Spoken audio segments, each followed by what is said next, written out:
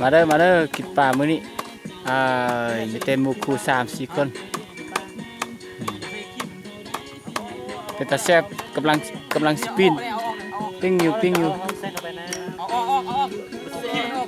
บ่เอาละนี่นำแมนได้ไหนตัวนี้ก็อันนี้แดงนี่ตัวดำมันคือให้เอาขี้อ้อแล้วก็พักนี่เอาขี้อ้อแล้วพอมันใส่เข้าไปมันมุดแดงนี่ฉันเอาออกก่อนบ้าเอาจะเนี่ยข้าวเอามีดมาบอกว่ามันขาวอ๋อแดงนี่เป็นเดียวได้อันนั้นเกี่ยวเอาปลาให้เกี่ยวปลาเลยอันนั้น โอเค ปลาเลยอันนั้นอีกหนึ่งกูอีกกินอันนั้นนี่เที่ยวทึกใจเขานะนั่งเข้าไปไหม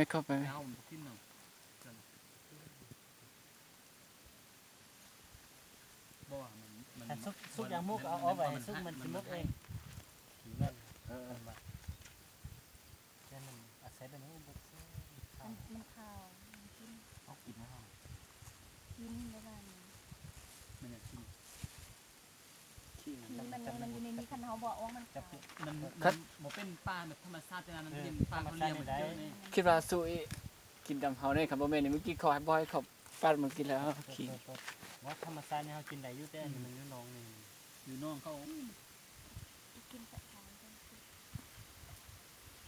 แต่bây giờ chơi là cú yêu phua ta chỉ biết thì bây giờ nó quá chỉ biết họ chỉ tao phua chỉ tuốt cho thì là ít xe họ thì có phua anh chơi theo cá nữa này chơi tại vì nó họ trả cá cho là mốt phua là nó phua vậy nên tao bỏ nó chúng tôi dịch ra số lượng số tụ họ chơi chầu bé đặc biệt muốn nó mỏ và xì tỏ hải rong thế nào nhỏ đồng số chơi nhưng còn nó mỏ nó là chỉ nó cá này chơi thì li nhỏ xưa nó cũng vậy nó sọ nó do thứ bảy nó do ăn sầu thứ bảy nhưng lúa nhá lai thứ bảy lúa lai do ăn sầu lúa mông vậy tiểu nó sầu hiểu cho nên sự đó bé muốn non chơi vô xí na cứ muốn đâu tràn đâu giả thế của mình lý cho nên lọt xe mua là đã chỉ mà khi đó nên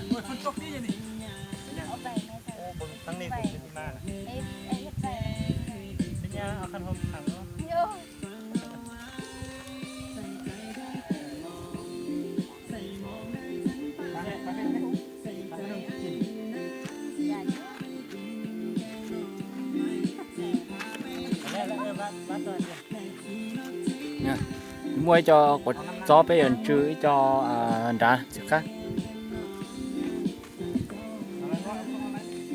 nó cho đi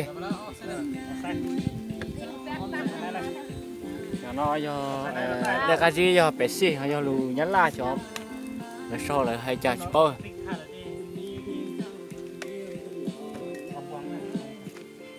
nó chỉ cho để nó chờ còn nàyใส่ให้ก่อนใส่มือใส่มือให้ก่อนcũng mua ít cho nó bìa theo ít bỏng chứ cũng mua tên chỉ cho nó chỉ phát chỉ đông vậy nó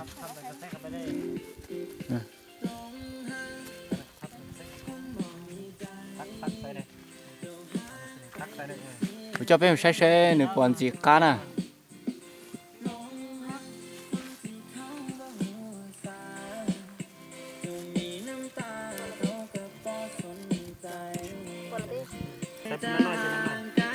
แต่มันมีนิดหน่อยมันบึ้ง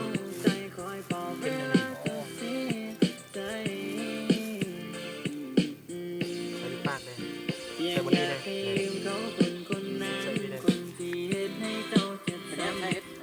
cũng mua rau nò với cho